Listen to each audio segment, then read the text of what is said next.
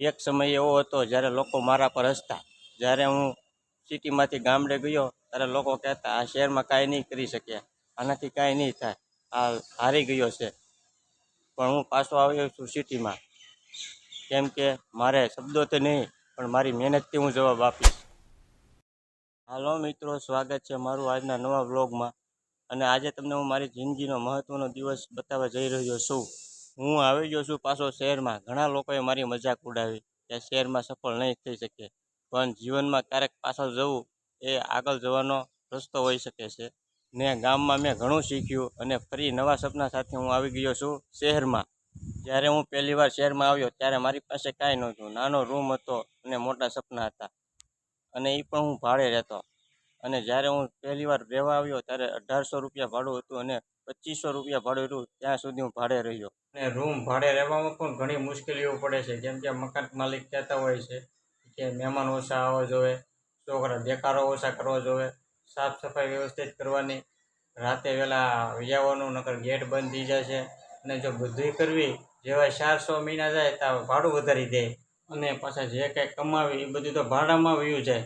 કેમ કે 2500 તો હવે અત્યારે તો 3000 ભાડું થઈ ગયું છે, અને 12 મહિનાનું ભાડું ગણીએ 36000 રૂપિયા થાય. તો મિત્રો આમાં કમાણી બધી તો ભાડામાં જ વહી જાય, તો આમાં વધે શું? અને બસ એક વિશ્વાસ હતો કે કંઈક જિંદગીમાં મોટું કરવું છે, પણ પરિસ્થિતિ એવી બની કે ગામ જવું પડ્યું. જે લોકો મારી ઉપર હસતા એને હું ખરાબ જવાબ નથી આપવા માગતો, કેમ કે સફળતા એ મોટો જવાબ છે.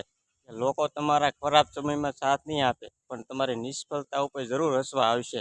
એટલા માટે મેં નક્કી કર્યું કોઈને સમજાવવું નથી, એકમાત્ર કામ કરવું છે. તો હું આવી ગયો છું ફરી શહેરમાં.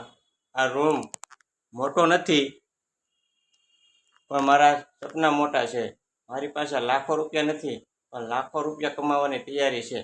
તો હું તમને વચન આપું છું કે મારી સફળતાના દરેક પગલાં તમને હું બતાવીશ. અને તમે પણ જો જીવનમાં ક્યારે હાર અનુભવેલી અને લોકો તમારી મજાક ઉડાવતા હોય તો એક વાત યાદ રાખજો કે લોકોનું કામ છે બોલવાનું ને આપણું કામ છે આગળ વધવાનું.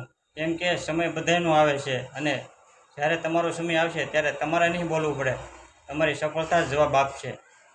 તો મિત્રો હું આવી ગયો છું હવે ગામડેથી શહેરમાં, અને હવે સપના નહીં પણ હવે સપનાને જ હકીકત બનાવવાનો સમય છે. તો મિત્રો તમે મારી સાથે જોડાઈને રહેજો, કેમ કે આ વિડીયો તમારા માટે જ બનાવું છું. કેમ કે જીવનમાં તમે પણ મુશ્કેલ સમયમાંથી પસાર થાવ છો અને તમે કંઈક આગળ વધવા માગો છો, તો એ મારી પ્રેરણા આપવાનો હેતુ છે કે તમે કંઈક આમાં કરી બતાવો. તો મિત્રો આજનો વિડીયો તમને ગમ્યો હોય તો લાઈક કરો, ચેનલને સબસ્ક્રાઈબ કરો અને કમેન્ટ કરો કે હિંમત હારવી નહીં. અને આ ચેનલમાં આવા જ તમને વિડીયો જોવા મળશે. તો મળીએ નેક્સ્ટ વ્લોગમાં. જય માતાજી.